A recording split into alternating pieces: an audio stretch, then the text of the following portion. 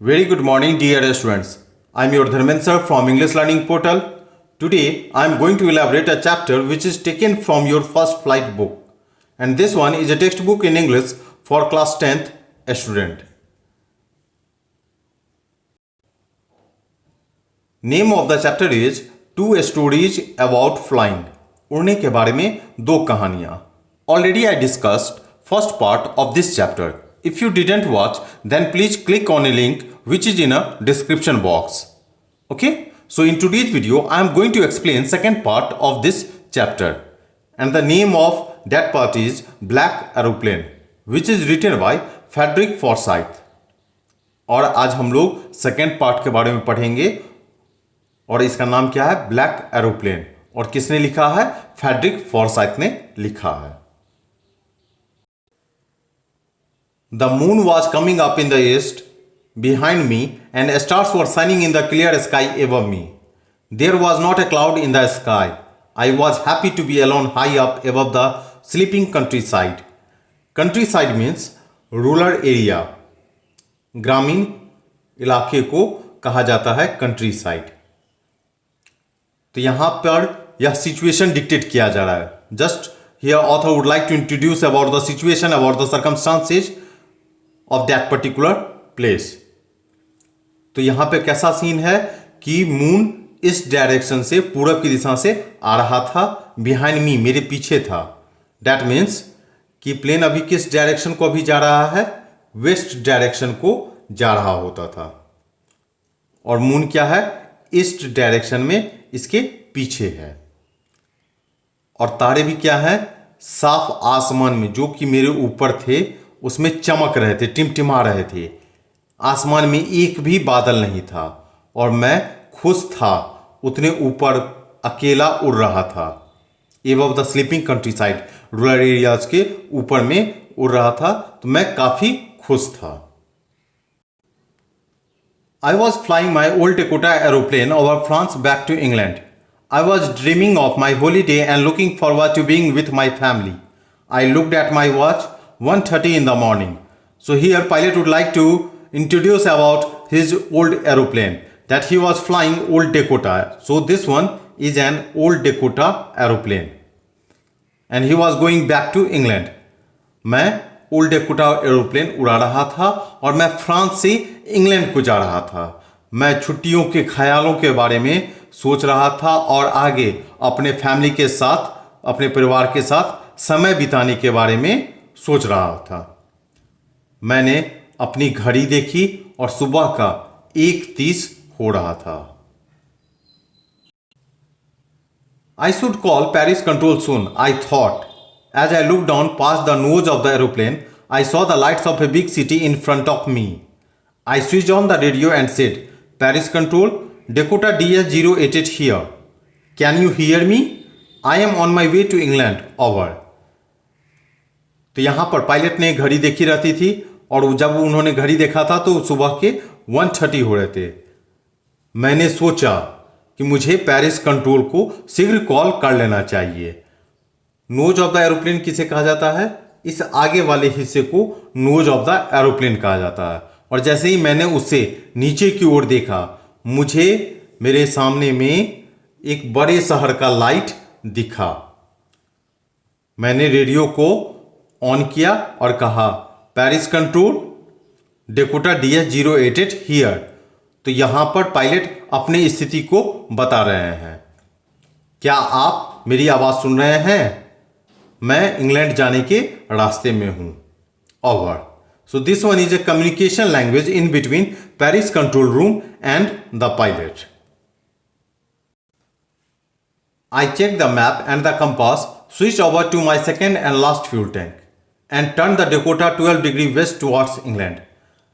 मैंने मैप और कंपास को चेक किया और अपना सेकेंड और लास्ट जो फ्यूल टैंक है उसको ऑपरेशन में लाया और अब डेकोटा को 12 डिग्री वेस्ट डायरेक्शन में, मीन्स इंग्लैंड की तरफ इसने इस प्लेन को मोड़ दिया. I will be in time for breakfast, I thought. A good big English breakfast. Everything was going well. It was an easy flight. तो here Pilot was assuming about the timing, about the scenario that when he will reach on his destination.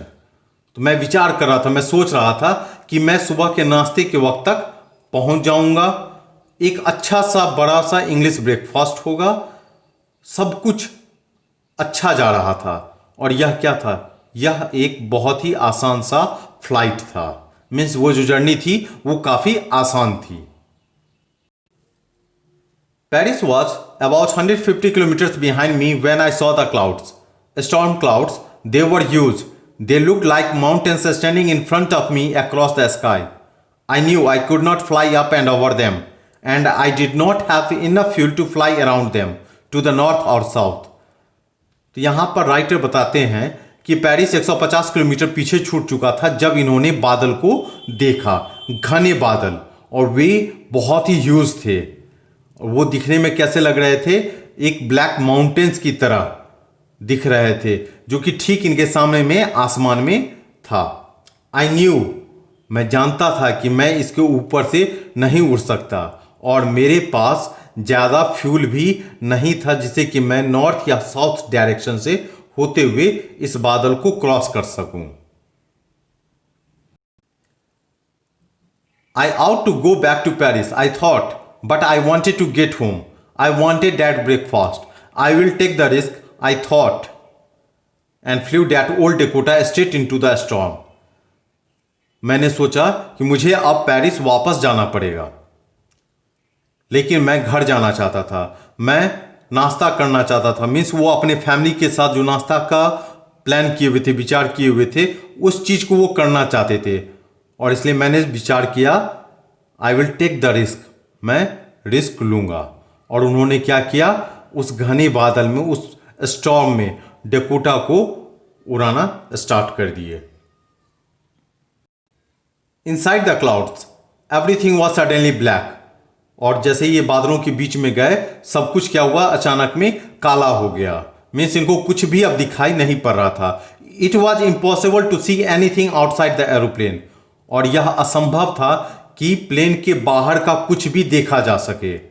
The old aeroplane jumped and twisted in the air. और वो जो पुराना old Dakota था वो ऊपर नीचे और ट्विस्ट हो रहा था हवा में। ट्विस्ट का अर्थ होता है कभी राइट कभी लेफ्ट की ओर ट्विस्ट करना, घूमना। I looked at the compass, मैंने कंपास में देखा। आई could not believe my eyes, मुझे अपनी आंखों पर विश्वास नहीं हुआ। The compass was turning round and round and round, it was dead. और कंपास क्या हो रहा था? राउंड राउंड में घूमे जा रहा था। मीन्स कोई भी डायरेक्शन ये फॉलो नहीं कर पा रहा था। It was dead means compass खराब हो चुका था। इट वुड नॉट वर्क, वह काम नहीं कर रहा था। The other instruments were suddenly dead too. I tried the radio. और जो दूसरे इंस्ट्रूमेंट थे जो कम्युनिकेशन में हेल्पफुल होते हैं, वो सारे क्या हो गए थे? अदर इंस्ट्रूमेंट भी क्या हो गए थे? खराब हो गए थे।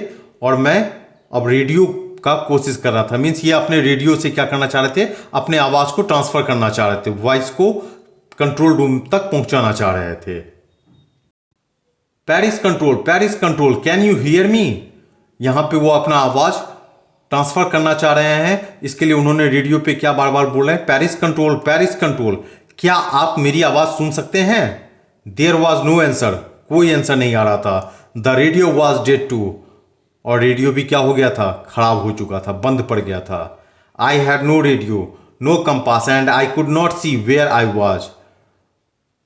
मेरे पास ना रेडियो था ना कंपास था, और जहां मैं था वहां से मैं कुछ भी बाहर देख नहीं सकता था।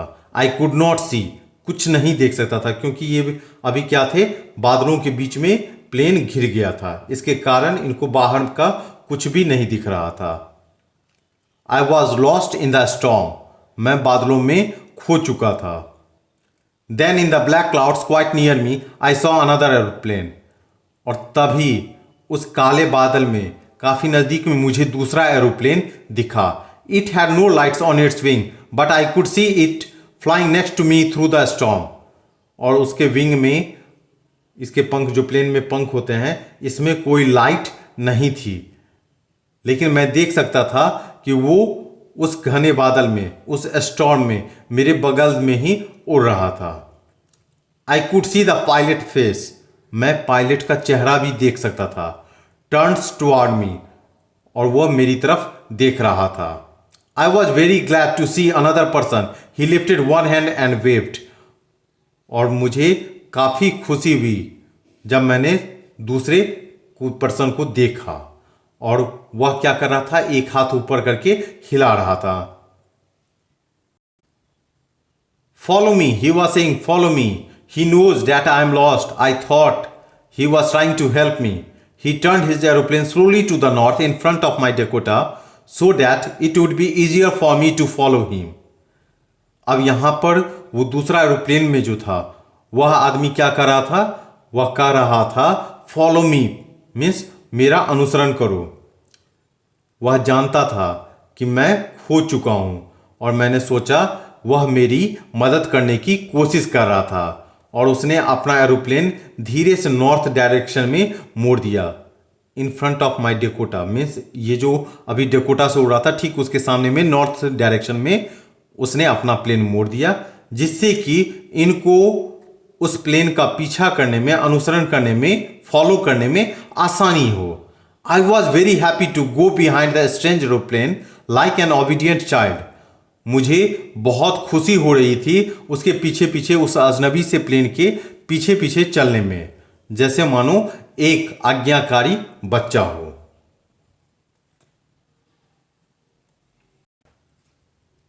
After half an hour the strange black aeroplane was still there in front of me in the clouds. और आधे घंटे के बाद भी वो अजनबी सा ब्लैक एरोप्लेन मेरे सामने उस घने बादल में था. Now there was only enough fuel in the old Dakota's last tank to fly for 5 or 10 minutes more. और अभी उस ओल्ड डेकोटा प्लेन में इतना ही फ्यूल बचा हुआ था कि वो 5 या 10 मिनट और ज़्यादा उड़ सकता था. I was starting to feel frightened again. और मैं फिर से डरना स्टार्ट कर दिया था. But then he started to go down and I followed through the storm. लेकिन तभी वो नीचे की तरफ जाना स्टार्ट कर दिया, और मैं भी उस बादल से उसके पीछे पीछे फॉलो करना स्टार्ट कर दिया. मीन्स अब क्या हो रहा है, दोनों के दोनों प्लेन अब नीचे के डायरेक्शन में जाना स्टार्ट कर चुके हैं. Suddenly I came out of the clouds and saw 2 long straight line of lights in front of me. It was a runway and airport. I was safe. I turn look for my friend in the black aeroplane, but the sky was empty. There was nothing there. The black aeroplane was gone. I could not see it anywhere. और अचानक से मैं बादलों से बाहर आ गया, और सामने में 2 स्ट्रेट लाइंस मुझे दिखी. वह रनवे था, एयरपोर्ट था, मैं सुरक्षित था. मैं अपने दोस्त जो ब्लैक एरोप्लेन में था उसकी तरफ मुड़ा, लेकिन आसमान क्या था, बिल्कुल खाली था. वहां कोई नहीं था, और ब्लैक एरोप्लेन जा चुका था. मैं उसे कहीं नहीं देख सकता था. I landed and was not sorry to walk away from the old Dakota near the control tower. I went and asked a woman in the control centre where I was and who the other pilot was. I wanted to say thank you. मैं land किया, means नीचे उतरा यहाँ पर plane, और थोड़ा सा भी अफसोस नहीं हुआ ओल्ड डेकोटा से उतरते हुए कंट्रोल टावर के नज़दीक. मैं वहाँ से गया, और एक औरत से, एक वोमेन से जो कि कंट्रोल सेंटर रूम में थी, उससे पूछा वेयर आई वॉज, मैं कहाँ था, और वह दूसरा पायलट कौन था, मैं उसे थैंक यू कहना चाहता हूँ. She looked at me very strangely and then laughed. Another aeroplane? Up there in the storm. No other aeroplane was flying tonight. Yours was the only one I could see on the radar. और वह औरत जो थी वह मेरी तरफ बहुत ही अजीब तरीके से देखी और हंसते हुए कहती है, दूसरा एरोप्लेन इस आसमान में, इस बादल में कोई दूसरा एरोप्लेन आज रात नहीं उड़ रहा था. आप अकेले थे जैसा कि मैं रेडार पर देख सकती थी. So who helped me to arrive there safely without a compass or a radio and without any more fuel in my tanks? Who was the pilot on the strange black aeroplane flying in the storm without lights? और यहाँ पर वह इंसान, वह pilot सोचता है कि मुझे उस स्टॉर्म में से बिना किसी कंपास के, बिना किसी रेडियो के, मुझे कैसे उसने यहाँ नीचे आराम से उतारा, सेफली उतारा, जबकि without any more fuel in my tank, जबकि मेरे टैंक में बहुत ज़्यादा फ्यूल भी नहीं थे। वह दूसरा पायलट कौन था उस अजीब से ब्लैक एरोप्लेन में, जो कि उस बादल में उड़ रहा था, विदाउट लाइट्स, बिना किसी लाइट के। So this one is the second part of this chapter. So at the end you need to solve out all the question and answer, and if you really like this video then please like, share, comment and subscribe this channel. Okay, thanks a lot.